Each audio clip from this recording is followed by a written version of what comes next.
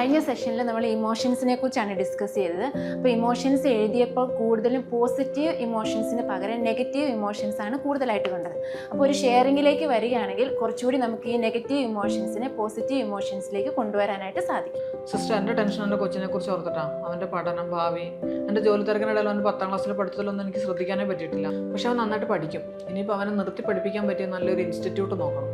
Sister, എൻ്റെ മോളാണ് ഇങ്ങനെയൊന്നുമല്ല. അവള് പഠനത്തിൽ കുറച്ച് പുറകോട്ടാ, പക്ഷെ മറ്റ് ആക്ടിവിറ്റീസിലൊക്കെ നല്ല ഉഷാറാണ്. അവളുടെ കഴിവുകളൊക്കെ ഒന്ന് വളർത്തിയെടുക്കാൻ വേണ്ടിയിട്ട് ഇപ്പോൾ എവിടെ ചേർക്കണമെന്നാണ് ഇപ്പം എൻ്റെ ടെൻഷൻ. എനിക്കാണെങ്കിൽ ഒരു അനിയനുണ്ട്. അവനാണെന്നുണ്ടെങ്കിൽ സ്കൂളിൽ പോയിട്ട് വരുന്നത് തന്നെ ഗെയിം കളിക്കാൻ വേണ്ടിയിട്ട്, ഏത് സമയത്ത് ഫോണിനകത്ത്. അവൻ്റെ ആ ഒരു ഫോൺ അഡിക്ഷൻ ഒന്ന് മാറാൻ വേണ്ടിയിട്ട് നല്ലൊരു ഇൻസ്റ്റിറ്റ്യൂട്ടിൽ ഒന്ന് ചേർക്കണം.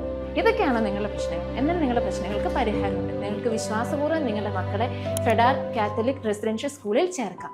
+2 കേരള സിലബസ് സയൻസ് ആണ് ഇവിടെ ഫോളോ ചെയ്യുന്നത്. ഇനി മാത്സ് താല്പര്യമില്ലാത്ത കുട്ടികൾക്ക്, മെഡിക്കൽ ഫീൽഡ് ആഗ്രഹിക്കുന്ന കുട്ടികൾക്കും മാത്സിന് പകരം സൈക്കോളജി ചൂസ് ചെയ്യാവുന്നതാണ്. വൈദികരടങ്ങുന്ന വിദഗ്ധരായ ടീച്ചേഴ്സാണ് ഇവിടെ ക്ലാസ്സുകൾ നയിക്കുന്നത്.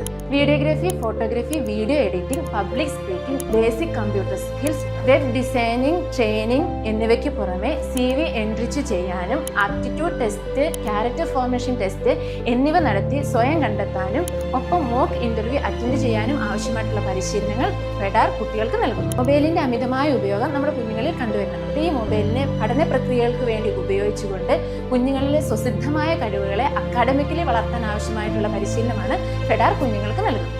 +2നൊപ്പം IELTS ജർമ്മൻ ഭാഷ പരിശീലനം നേടാൻ ആഗ്രഹിക്കുന്ന വിദ്യാർത്ഥികൾക്കായി പരിശീലന പദ്ധതിയും ഫെഡാർ കുഞ്ഞുങ്ങൾക്ക് വേണ്ടി ഒരുക്കിയിട്ടുണ്ട്. അക്കാഡമിക്കൽ പരിശീലനങ്ങൾക്ക് പുറമെ കുട്ടികളുടെ ഫിസിക്കൽ, ഇമോഷണൽ, മെന്റൽ, സ്പിരിച്വൽ തലത്തിലുള്ള വളർച്ചയും ഫെഡാർ മുൻഗണന കൊടുക്കുന്നുണ്ട്.